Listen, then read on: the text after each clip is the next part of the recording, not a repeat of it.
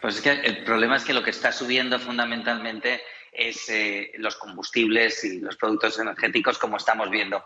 Y casualmente casi todos los productos los tenemos que desplazar, por lo tanto tenemos que gastar en electricidad, en combustible, etcétera. Y además el entorno de cualquier supermercado, incluso como decía la persona que veíamos en el caso de los mercados, mercadillos que decía él, pues también van a tener muchísimo, se le ha incrementado muchísimo los gastos de luz, fundamentalmente. Luz, calefacción, etcétera. Estamos todavía con frío. Esto se tiene que trasladar a los productos. Entonces, aunque, como decía este espectador nuestro, que es que algunos los tenían ya en los almacenes ya, pero como todo se incrementa, pues al final todos estos precios se trasladan al consumidor final, que somos nosotros cuando vamos a comprar. Llevamos casi un año de subidas, Javier, solo enero fue el que nos dio un respiro. Se decía, vamos a llegar hasta el 10%, ya lo estamos rozando. ¿Todavía esto puede ir al alza? Bueno, confiemos en que estemos viendo los picos más altos.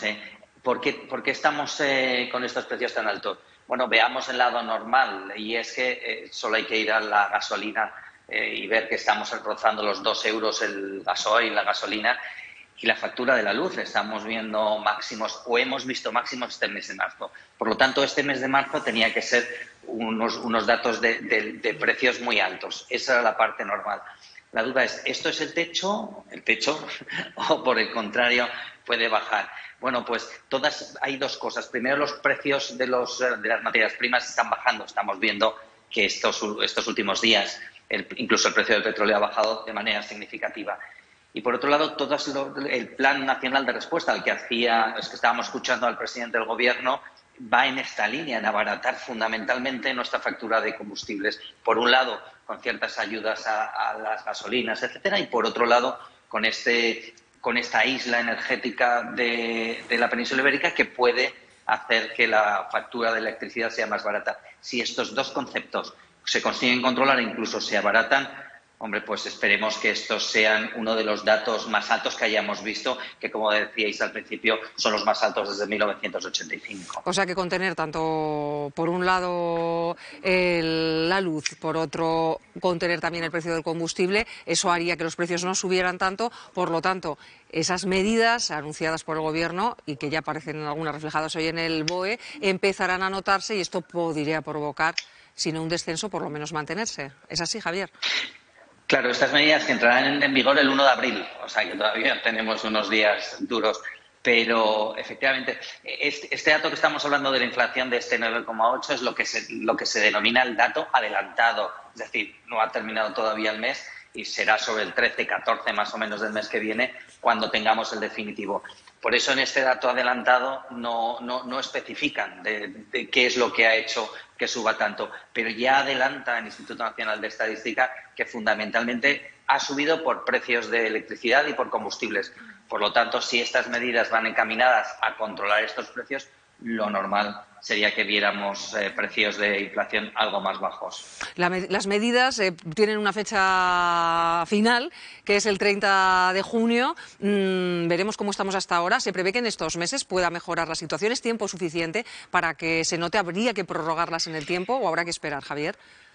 Bueno, confiemos en que ya se note. De hecho, incluso se está notando estos días los precios de los combustibles, como decía, los precios de las materias primas más bajas.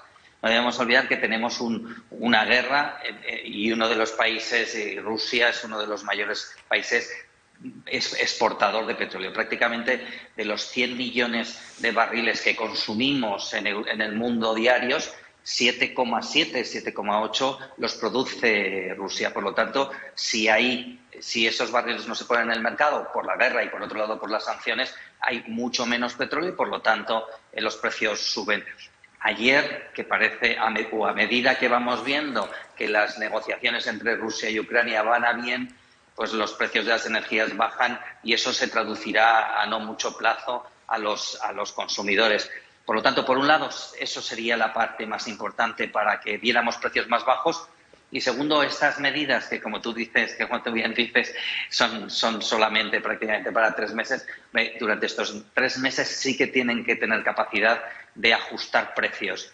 Y después, sobre todo, confío en que en el caso peor, y es que no hubiesen hecho todo lo que tienen que hacer, para ajustar, para estabilizarnos, pues que se puedan alargar al menos unos meses más. Pero confiemos en que en 3 meses tengamos más claridad en cuanto a los precios y eso se redunde en nuestra cartera, que al final somos los que pagamos esto. Por último, Javier, tú que eres tan didáctico, a la espera de esas medidas que pueden aliviar a familias, a empresas, a las personas más vulnerables, ¿algún consejo a los ciudadanos en este momento, al consumidor como tal, ante esta subida de precios?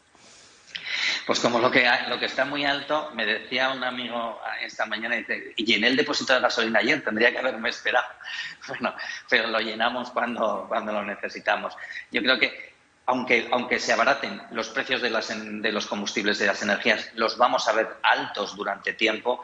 Por lo tanto, la mejor manera de llegar a fin de mes con cierta dignidad es ser muy eficientes en el uso. Ya hace sol, hace un poco más de calor, pues controlemos muy bien la calefacción y usemos los coches particulares en el último extremo y intentemos ir andando, que es bueno, y si no, utilicemos los transportes públicos en la medida en que podamos, porque todavía van a ser precios altos durante un tiempo.